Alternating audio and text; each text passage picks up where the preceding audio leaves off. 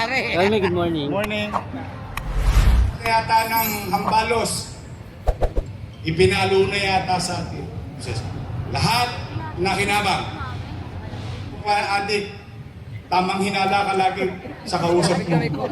Wala ka ng pera, delikado pa ang katatayuan mo. Mas malupit yun. Yun ang masarap dito. Pag lahat tayo tinatamaan ha, kaawaan Diyos. Kaawaan Diyos. Ako naniniwala lagi. Habang buhay, may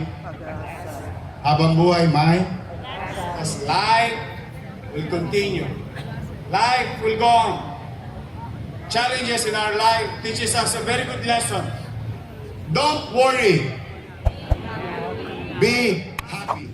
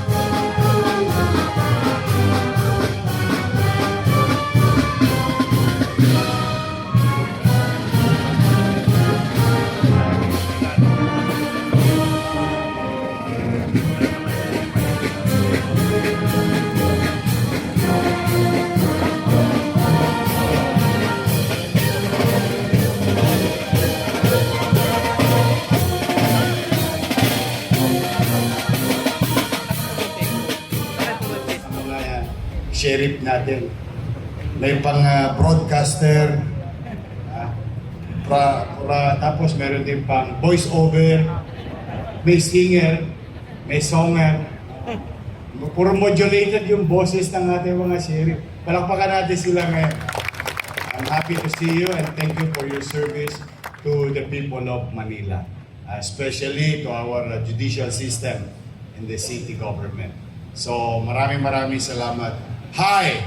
Hello! Good morning! Good morning! Bateryado kayo. Yes! Mahaba-haba ang pahinga natin. Hindi pa tayo nakaka-recover sa pahinga. Mukhang magpapahinga na naman tayo sa Webes. Sa Webes yata is April 9. April 9 is, kung di ako nagkakamali, araw ng Kagitingan. Araw ng Kagitingan ay ating sineselebrate to share and emulate to the next generation that yung Kagitingan, lalong-lalo na, hindi lang bilang isang Pilipino, lalong-lalo na sa ating mga kawani ng pamahalaan. Kailangan laging umiral ang Kagitingan sa atin sa paglilingkod sa bayan. Kaya yan yung may mga takdang araw para yan ipaalala sa atin, tayo mga Pilipino ay magigiting. Katulad ng mga salinlahi natin. Itong nasa kodli lang natin. Yung isa, true-blooded Manileño, Batang Tondo, Andres Bonifacio, Atapang Atao. Hindi ba? Yang mga rebulto at maaaring semento o bakal na estatwa ay nagpapaalala sa atin kapag tayo'y naging magiting, mapagmahal sa bayan. The next generation will immortalize us. This is a reminder.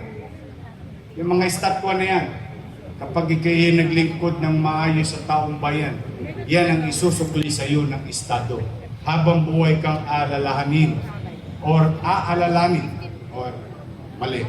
Hindi naman ako kapampangan eh. Wala yung age. Isimbolo na ipinakikita to those passers-by that if you do good to your fellow men, you will be immortalized. And thanks to Andres Bonifacio and those others, our heroes. Ito'y tayo ngayon, malaya. Malayang-malaya. Hirap, pero malaya. Dahil sa kanilang mga sakripisyo. Kaya, ang paglilingkod sa bayan ay laging may kahalong sakripisyo. Hindi lamang to puro biyaya or bonus or maybe kung ano man. Thank you kung meron.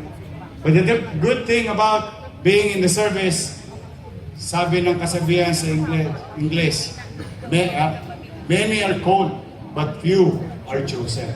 You are the chosen one to be of service to the people. Saka masarap talaga ang trabaho to. Lagi ko to sinasabi. Saan ka ba naman nakakita ng trabaho? Tumutulong ka na sa kapwa, naglilingkod ka na sa kapwa, pagdating ng akisya 30, may sweldo ka. Hindi ba masarap ang pakiramdam? Naiaayos mo ang sarili mo, pero nagiging bahagi ka rin ng pagsasaayos ng ating pamayanan, ng mamamayan, ng siyudad, at ng ating bansa. And I would like to share to you of what the city government of Manila did last week. It's now part of a conversation all over the country today.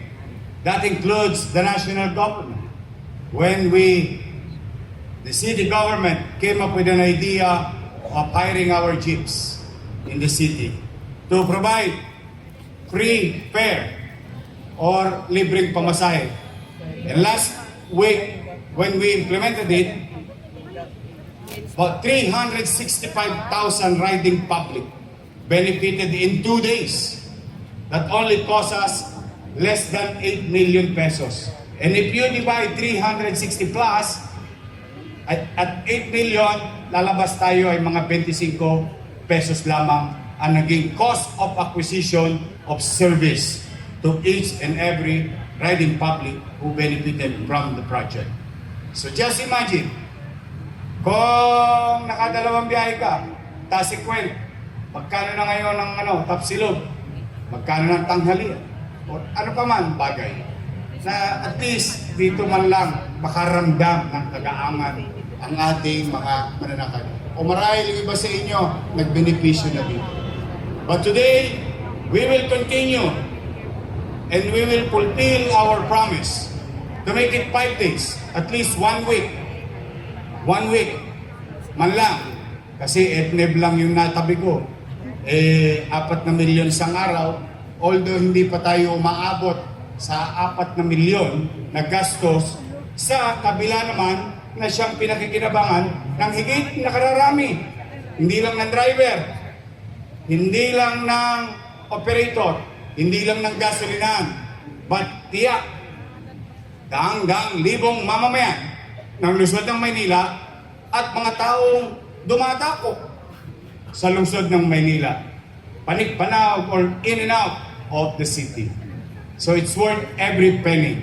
Today, as of 6 o'clock, when we started at 5 a.m., we have already delivered 3,377 individual benefited from a 218 participant drivers in the city. As this day progress, I think we may break the record again of delivering such services. Lahat na kinabang sa 3-5 lang, lahat umikot. Masaya ang tao, lalo na't mga negosyante nakararating sa takdang oras ang kanilang mga empleyado. Sa empleyado o mamamayan o estudyante, walang tosgas. Sagot ng gobyerno ng Maynila. And these things, this idea, is now being talked about. And I think we will be hearing soon from the national government. Or maybe it's time for the what you call whole nation approach. Wherein maybe, hopefully, cross finger, the private sector may or can participate in this endeavor. Tulong-tulong tayo.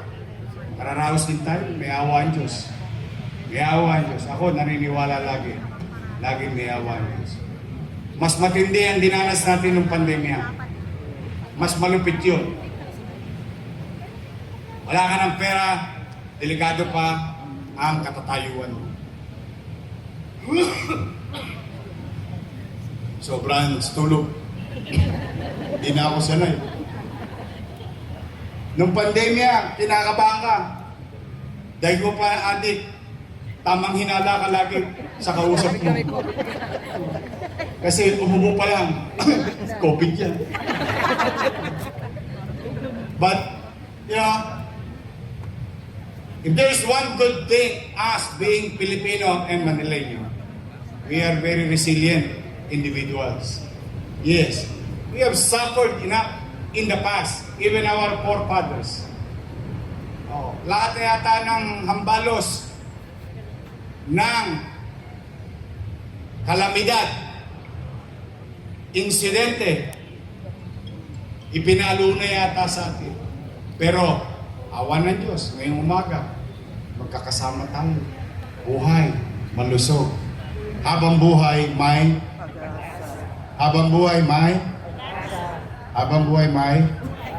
hindi ko na maalala yung sinabi ng pare. Pag-asa. Yun po, yan ang mawawala sa atin bilang Pilipino, bilang tao. We must continue to pursue better things to be delivered to our constituency. Kaya sa ating mga driver ng jeep, nasaan man kayo ngayon, pwede ba palakpakan natin mga jeepney driver natin? Nasaan man kayo ngayon, I, as your mayor, would like to thank each and every one of you on behalf of the people of Manila and to those people who comes in and out of the city for delivering free services to riding public. Another week, let's make use of this 3 days. Kasi 3 days lang atang, ano ba, saan na si Joe? Walang sok pa sa Webes, no? Walang pasok? Gusto mo pumasok? Walang pasok yata sa Webes, but we'll see. But for the meantime, today is the day, another week, start of the week, and start an opportunity to be of service to the people. Yun ang masarap dito. Pagkakataong makapaglingkod at maging bahagi ng solusyon ng suliranin ng ating mamamayan. So, mag-iingat kayo. Tatagan ninyo ang kanyang kalooban. Huwag niyo masyadong problemahin si Jess. Talaga naghahanap pa ako ng maijojowa niya hanggang ngayon. Pero masyado siyang mapili. Para siyang si Bambi.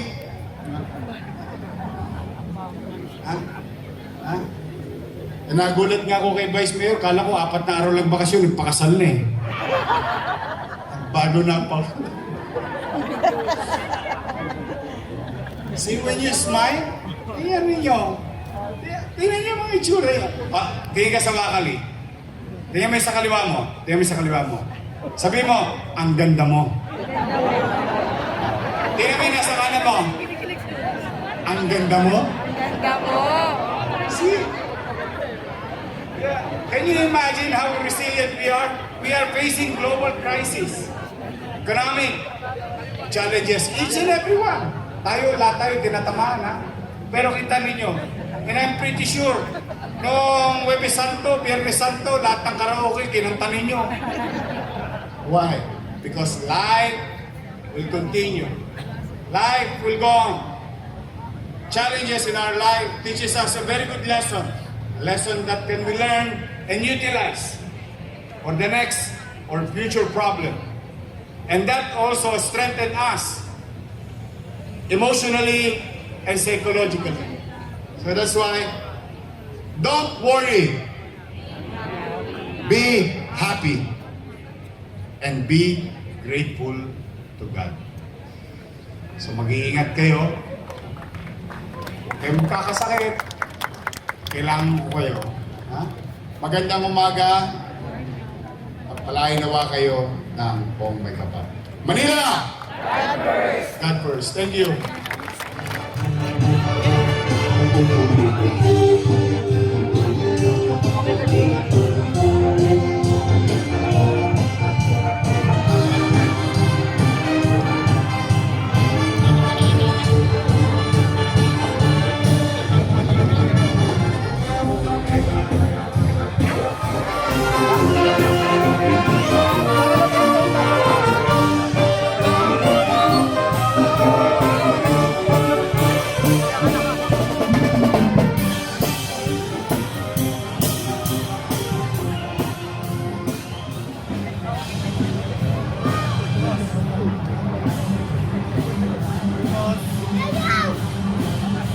Hoy, naubos ko rin, ano mo, prutas mo.